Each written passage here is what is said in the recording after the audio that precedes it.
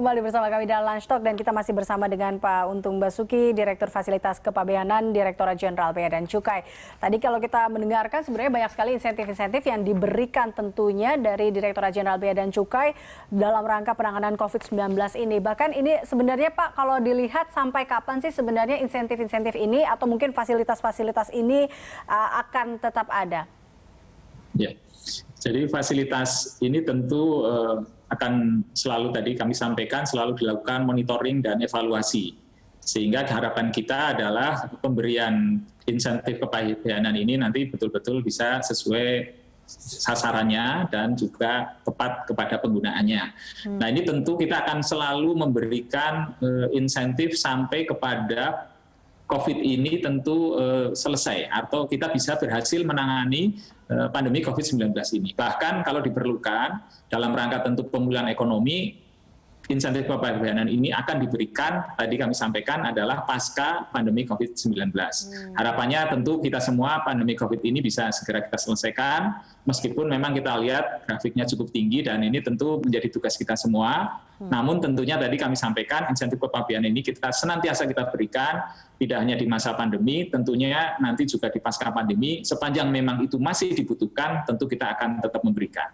Oke, baik. Pak, tadi Anda katakan terkait dengan evaluasi dan juga monitoring. Sejauh ini kalau dari hasil evaluasi, sudah seberapa efektifkah insentif ataupun mungkin fasilitas yang diberikan terkait dengan atau kepabeanan tersebut atas keberlangsungan industri ini?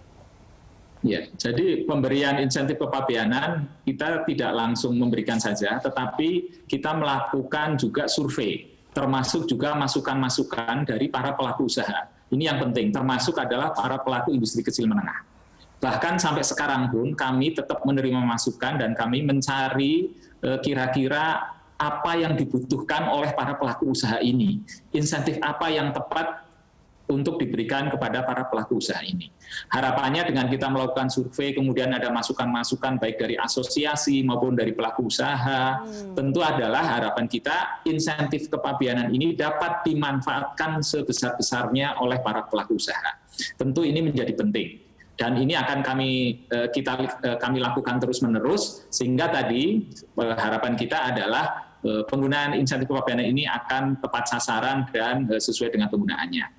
Sebagai contoh terkait dengan insentif kepabeanan di bidang alat kesehatan, sampai dengan September, tanggal 14 September 2020 ini, jumlah insentif fiskal, dalam hal ini adalah bea masuk dan pajak dalam rangka impor, yaitu PPN impor dan PPh pasal 22 impor, jumlahnya sudah sekitar 1,87 triliun. 1,87 triliun yang penggunaannya terbagi untuk PMK 34 junto PMK 83 sekitar 1,4 triliun, kemudian untuk yang PMK 171 340 miliar, kemudian yang PMK 70 adalah sekitar 116 miliar.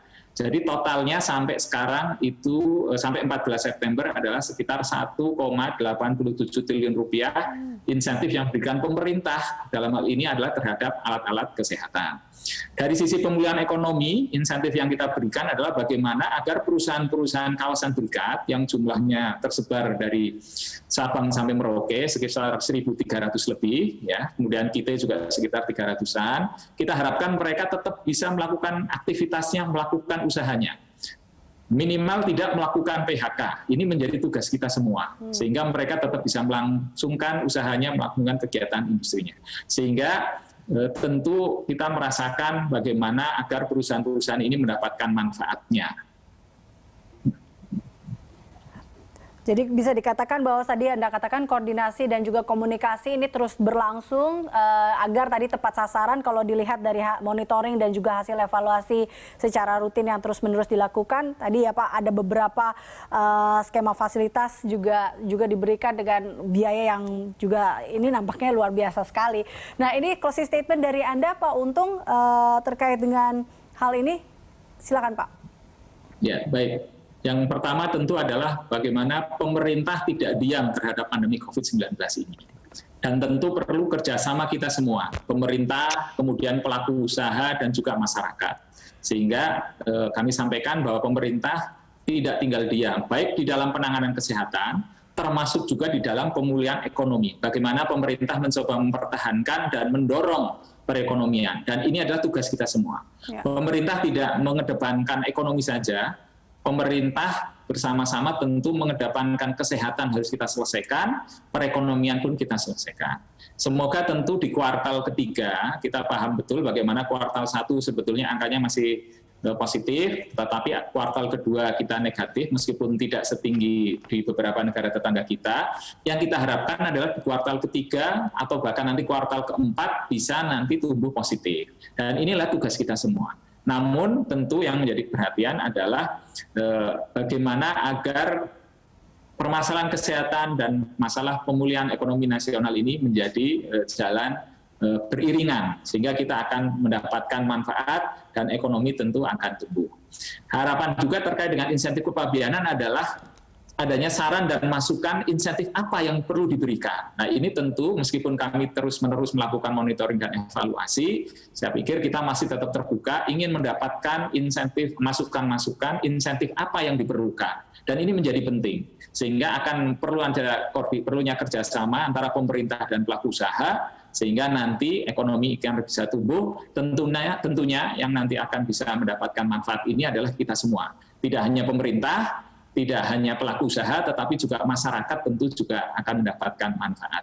Oleh karena itu, mari tentu di tengah pandemi COVID-19 ini, bagaimana kita bersama-sama mengatasi pandemi COVID-19 ini, dan kita bisa meningkatkan, bahkan mendorong pertumbuhan ekonomi kita.